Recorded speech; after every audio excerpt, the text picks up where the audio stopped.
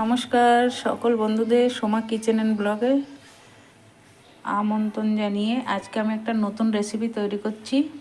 সেটা হচ্ছে চিকেনের তো অনেক কিছুই খাওয়া হয়েছে, চিকেন কারি, চিকেন কষা, চিকেন চিলি চিকেন, রেজালা ভেজালা, কিন্তু এই চিকেনটা আজকে আমি বানাবো একটু অন্যরকম। এটা হচ্ছে বাড়িতে বানিয়ে খেয়ে দেখবে, সত্যি অসাধারণ লাগবে। তার জন্য কি কি লাগবে দেখো। মশলা হিসেবে টমেটো, ধনে, গোটা ধনে, জিরে, লঙ্কা, আদা, রসুন কুচি, আর আলু ডুমো ডুমো করে কেটে নিয়েছি, পেঁয়াজ কুচি করে নিয়েছি, আর এইটা হচ্ছে লাল শাক। এই শাকটা দিয়ে আমি আজকে চিকেনটাকে বানাবো। আমি 500 গ্রাম মতন চিকেন নিয়েছি, আর এই লাল শাক ওই 1-150 গ্রাম। দেখো এরকম চিকেনটা নিয়ে নিয়েছি। এবার আমি কড়াইটা গরম করতে দিয়েছি, আলুগুলোকে ভেজে নেব। চলো দেখতে থাকো।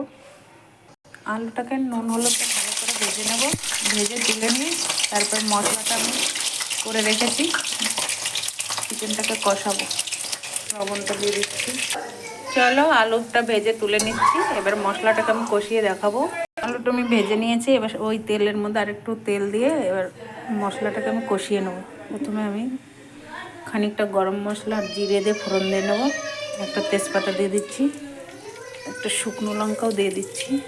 এবার গোটা গরম মশলা দিয়ে ফোড়নটা দিয়ে দিচ্ছি, তার মধ্যে কাটা পেঁয়াজগুলো দিয়ে দিলাম। পেঁয়াজটা লাল লাল করে ভেজে নিয়ে মশলাটা আমি কষিয়ে নেব। পেঁয়াজটার কালার করার জন্য একটুখানি চিনি দিয়ে দিচ্ছি। তোমরা চিনিটা দিতেও পারো, নাও পারো, অপশনাল। আমি দিচ্ছি পেঁয়াজের কালারটা করার জন্য, যাতে চিকেনটা একদম লাল লাল কালার হয়, তার জন্য। চিকেনটা দিয়ে দিলাম, চিকেনটা এবার কষিয়ে নেবো। মশলা স্বাদ অনুসারে লবণ, চামচ হলুদ, খানিকটা লঙ্কার গুঁড়ো দিয়ে দিচ্ছি। আমি 1 চামচ মতনই দেবো লঙ্কার গুঁড়োটা। এবার আমি মশলাটা দিয়ে কষিয়ে নেবো ভালো করে চিকেনটাকে। তারপরে আমি ওই লাল শাকটা দিয়ে ওটাও দিয়ে দিচ্ছি। মশলাটাকে ভালো করে কষিয়ে ভেজে রাখা আলুগুলোর মধ্যে দিয়ে ভালো করে আমি কষিয়ে নেবো। চিকেনটাকে ভালো করে কষিয়ে নিলে তবে দেখবে টেস্টটা বাড়বে, কারণ চিকেনের একটা আস্তে গন্ধ থাকে, সেই গন্ধটা যাতে না আসে, তার জন্য আমি ভিনিগার দিয়ে প্রথমে ধুয়ে নিয়েছি চিকেনটাকে খুব ভালো করে।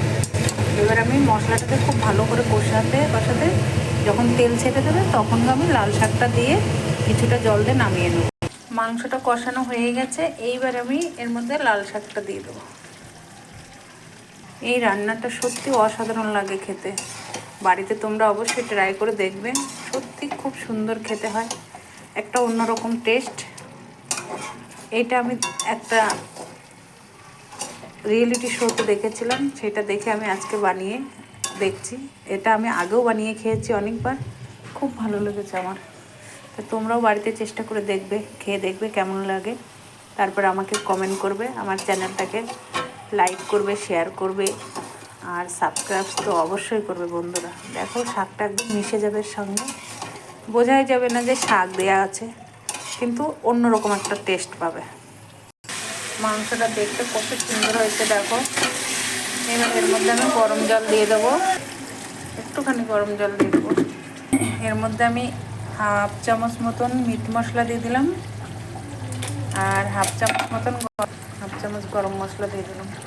দেখো দেখতে যেমন কালারটা হয়েছে, একদম অন্যরকম টেস্টও হবে। কারণ এই লাল শাক দিয়ে হয়তো অনেকে খেয়েছো কি জানি না, খেতেও পারো নাও পারো, কিন্তু খেয়ে দেখবে এই শাক যে দিয়েছি এর মধ্যে, তার কোনো রকম কেউ ঠিক পাবে না, কিন্তু টেস্টটা একটু অন্যরকম হবে, খেতে এত সুন্দর হবে। এর উপর আমি একটুখানি ধনেপাতাও ছড়িয়ে দেবো। ধনেপাতাটা তো আরও টেস্ট বাড়ানোর জন্যই দেয়, আর একটা চিকেনের যে গন্ধ থাকে সেই গন্ধটাকে মানে সুন্দর একটা স্মেল করার জন্য ধনেপাতাটা দেওয়া হয়। চলো এবার আমি নামিয়ে নিয়ে তোমাদেরকে দেখাচ্ছি, দেখো কত টেস্ট হয়েছে। নামিয়ে নিচ্ছি দেখো চিকেনটাকে। তোমরা অবশ্যই ট্রাই করবে বাড়িতে, আমার চ্যানেলটাকে কিন্তু সাবস্ক্রাইব অবশ্যই করবে বন্ধুরা। দেখো কি সুন্দর একটা স্মেল বেরোচ্ছে, মনে হচ্ছে চিকেনটা দিয়ে এখনই খেয়ে নিই আমি, আর সহ্য হচ্ছে না, বেরি।